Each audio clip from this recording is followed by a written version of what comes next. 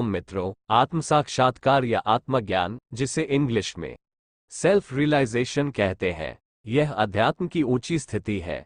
यह एक ऐसा अनुभव है जिसमें मानव, ईश्वर, जीव, माया, ब्रह्म और ब्रह्मांड के बहुत सारे रहस्यों से अवगत हो जाता है।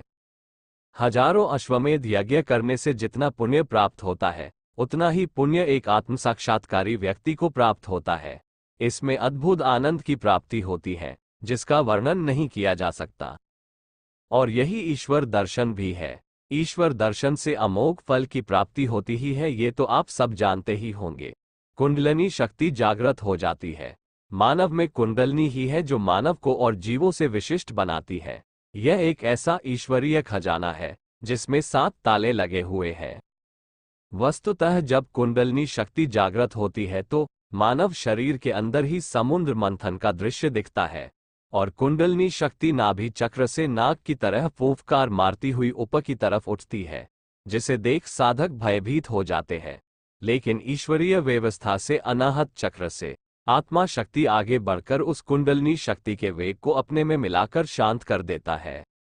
इस स्थिति में थोड़ी भी भूल हुई तो मानव में पागलपन और कई विकार या मृत्यु भी हो सकती है।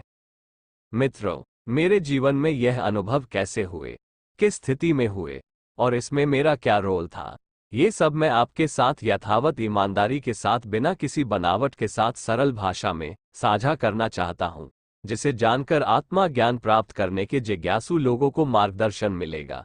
आप इस श्रृंखला के सभी वीडियो को देखेंगे तो निश्चय ही आपको लाभ मिलेगा।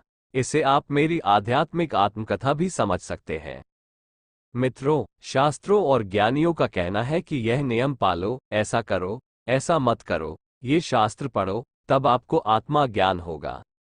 लेकिन इस संबंध में मेरे जीवन में भगवान की असीम कृपा की वृष्टि हुई। शास्त्रों की तरफ विशेष ध्यान तो मैंने आत्मज्ञान होने के बाद देना शुरू किया। खैर, बातें बहुत हैं जो आपको समय समय पर मिलती रहेंगी। अभी इस संबंध में शास्त्रों में बताई गई एक घटना आपको बता देना उचित समझता हूं। इसके बाद मैं अपने अनुभव भी विस्तार से बताऊंगा। बस आप बिना ऊबे हुए मन से जरूर देखना, सुनना और समझना, और अगर ठीक लगे तो अपने प्रिय जनों को भी शेयर करना।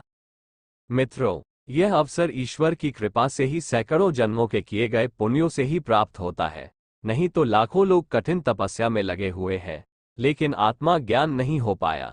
और अभी भी शास्त्रों के ज्ञाता तो बहुत है, लेकिन उनमें आत्मज्ञानी कोई एक ही दिख रहा है, और कोई है भी तो किसी न किसी कारण से खुलकर अपने अनुभव साझा नहीं कर रहे हैं।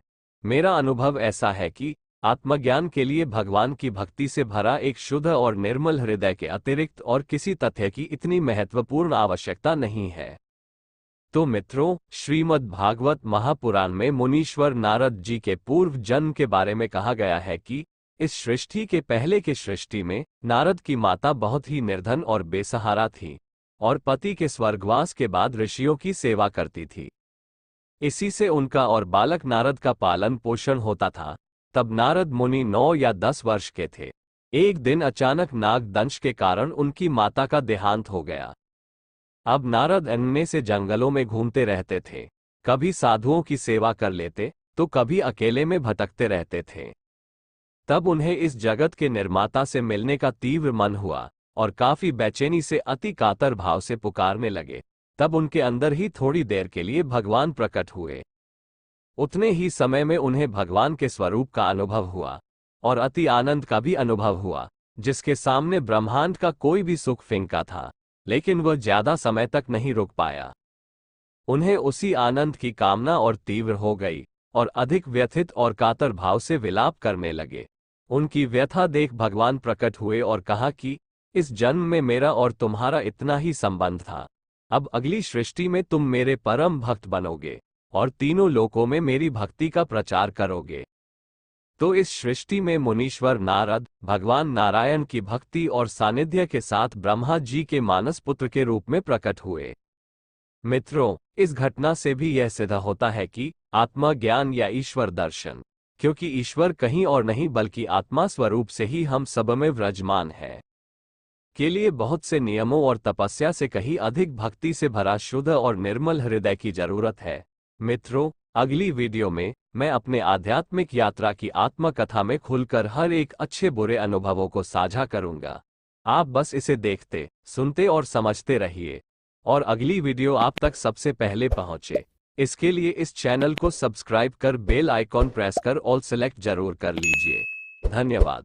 शुभमस्तु।